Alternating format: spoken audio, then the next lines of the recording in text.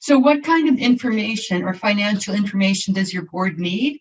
We're going to look at sort of three purposes of financial information. There's one set of financial information is where are we now, where are we going, and then how do we plan and monitor using financial information. So the first set of information, which is about where are we now, is a fairly standard package of financial information. And some organizations prepare this monthly, some prepare it quarterly. And so I would suggest that management would need this information as a minimum monthly, but the board of directors may only need this information quarterly, depending on how dynamic and how seasonal your financial operations are. Quarterly may be sufficient if you're in a very sort of stable situation rather than monthly. The statement of operations is also called the income statement, and it shows the revenue and the expenses of the organization and tells you for the period whether you had more revenue than expenses. Simple, right? The other thing that we use to see where are we now in most organizations is not just the income statement on a standalone basis, but compared to budget. And we'll talk about that more again when we're talking about budgeting. And then a report that I believe boards need and management needs to assess where we are now financially is a balance sheet, a statement of financial position. A lot of boards don't ever see the financial statement of financial position until year end, and then they look at the annual one. I would suggest that it's a valuable report and should always be included in the package because it tells you sort of what your obligations are. It tells you how much money do you have in the bank, how much do you have coming in, and how much of the money that you have in the bank or is coming in, your receivables, how much of that is actually available to be used and how much of it is restricted. So that information is presented in conjunction with the balance sheet, and that's why I think it's really important. Often organizations say, oh, wow, we've got $1 million in the bank, or we've got $200,000 in the bank, and they forget that, wait a minute, of that $1 million that we have in the bank, 990,000 of it is already committed to a specific program, so it's not available to us. And so by including the balance sheet and some sort of a summary of what your restricted cash is, it gives a better picture of where we actually are right now. The next group of financial information that a board needs is information that helps them assess where are we going. And so starting with a strategic plan and priorities, it gives us information about where we're going. And if we have priorities, how are we going to spend our resources or direct our resources towards our priorities? So if our priority, let's suppose we have an organization that serves adults, children, and does some sort of public advocacy work, which of these is our priority? Where are we spending our time? Where are we spending our money? And so the strategic plan will help guide that. And I think of the strategic plan priorities and the capital asset life cycle plan as long-term financial information. It looks ahead 3 to 5 years. With the capital asset life cycle plan, it may look ahead even more than 5 years. So that's a long-term financial information.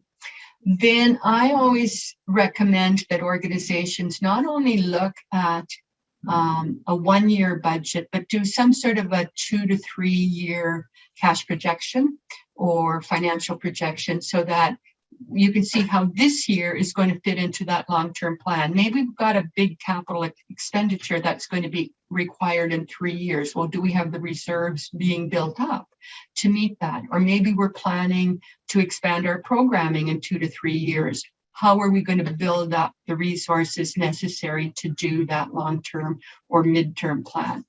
And then, of course, the one that we're all familiar with is the current year budget that is based on our action plan of what we're going to do in the forthcoming year or in the current year. So financial information 3 different time horizons, I think is useful. And then the last set of financial information that we need is, first of all, planning, as in the budget, and then monitoring. So financial information is critical to seeing what's going on, to providing those checks and balances, and creating red flags when there's problems coming. So monitoring, are we on track? Are we going down the wrong path? Are we running into trouble? And one of the big pieces of that, of course, is comparing your actual results for a period of time to what you had planned to spend in that period of time. So an actual to budget comparison, but not in a vacuum. So the actual to budget comparison might include with it, or should include with it, explanations of why are there variances.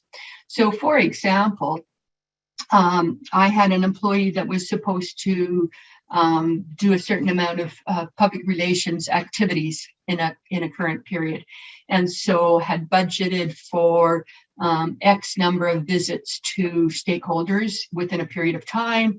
And at the end of the first quarter, second quarter, wow, his budget was way under actual. So he thought he was really doing well because he had budgeted like $20,000, but he had only spent 10. Wow. And he was expecting a pat on the back because what he saw as a positive variance, I said, no, I need an explanation. Why do you have a positive variance? That's all fine and good.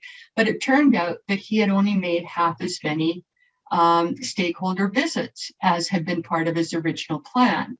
So the variance explanation in that case was not a positive as far as his performance was concerned.